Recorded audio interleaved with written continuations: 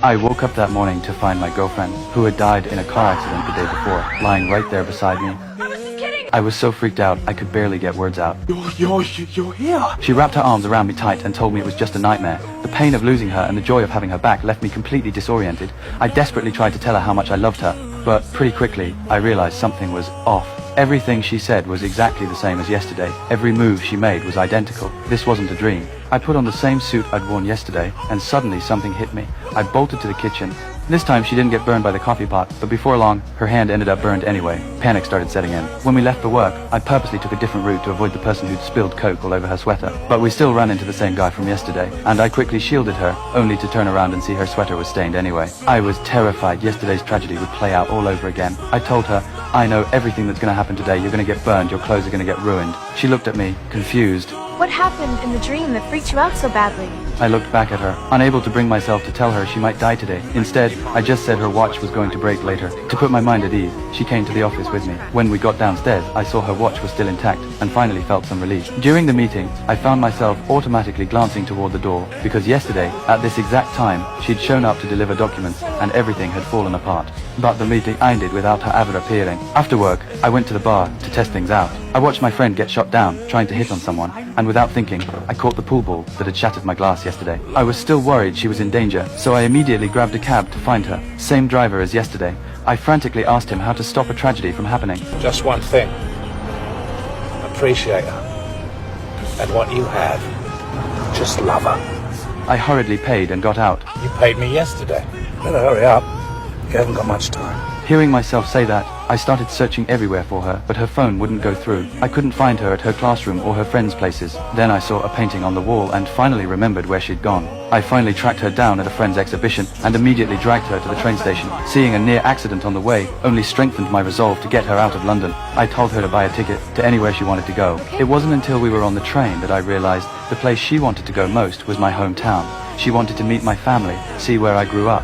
When we went to Magic Mountain, the place I used to visit as a kid, the sky opened up with heavy rain. We ran to my old cabin to take shelter. She asked me why I never talked about my family and friends. I said I didn't want to talk about it. Just then, my arm knocked against the fireplace, and when I pulled back my sleeve, sure enough, my watch was broken. That's when it finally hit me. What's meant to happen will happen. If you had one day left, what would you do? It's an easy answer. A no-brainer. I'd spend it with you. Just being together, kind of like now. Doing nothing. After coming down from the mountain, at the little pub my father used to frequent, I talked to her for the first time about my deceased family, about my once proud father's downfall after losing his job. It was something I'd never been able to let go of, and she comforted me with such tenderness. Ian, death doesn't put an end to love. This trip brought us closer than ever, but we had to go back. Tonight was her graduation recital, something she'd been preparing for over a decade. As much as I wanted to stop her from going back, this was her lifelong dream. I didn't want her to have any regrets. Once we got home, we started preparing for the performance. Even though she had a beautiful voice, she was too afraid of failure to get on stage. So I stole the songs she'd written for me that she kept hidden in her diary and secretly made 75 copies. I arrived early at the venue with flowers and sheet music and convinced the conductor to prepare a surprise for her. After the recital ended, everyone in the hall switched to the sheet music I brought. When she saw the familiar piece, her face filled with disbelief. I walked on stage with a microphone and introduced the special program to everyone, then invited her to sing. She walked up on stage looking completely lost, but as she looked at my encouraging eyes and heard the familiar melody, she gradually found her rhythm and sang out her love for me. Her voice earned a standing ovation from the entire audience. After the show, we went to a restaurant for dinner. I put a handmade bracelet on her wrist, each charm meaningful. The train we'd taken today, the Eiffel Tower she'd always wanted to visit. And there was more. This one's a heart. My heart. On the way home, it started pouring rain. Looking at the familiar streets, I knew time was running out. Standing in the rain, I said the words I'd been wanting to say all along. I love you. Oh, I love you too. I want to tell you why I love you. It's raining. You know that, right? I have to tell you this, and you need to hear it. I loved you since I met you. But I wouldn't allow myself to truly feel it until today. I was always thinking ahead, making decisions out of fear. Today, because of you, what I learned from you. Every choice I made was different, and my life has completely changed. And I've learned that if you do that, then you're living your life fully. It doesn't matter if you have 5 minutes or 50 years.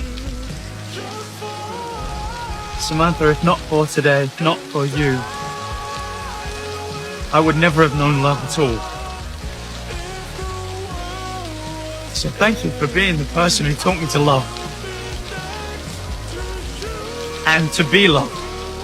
She still got into that car heading home. This time I didn't hesitate for a second, I got in with her. The bell of death would strike at 11 o'clock. My breathing grew rapid as scenes from yesterday flashed through my mind. Suddenly, a car came crashing toward us. Without a moment's hesitation, I shielded her. It was still a matter of life and death, but this time, I was the one leaving. Right before we got into the cab, he told me about how I taught him to love. Loving him was so easy for me. We can't change the past, and we can't predict the future. To love and be loved are both forms of happiness. The only thing that matters is seizing the present moment.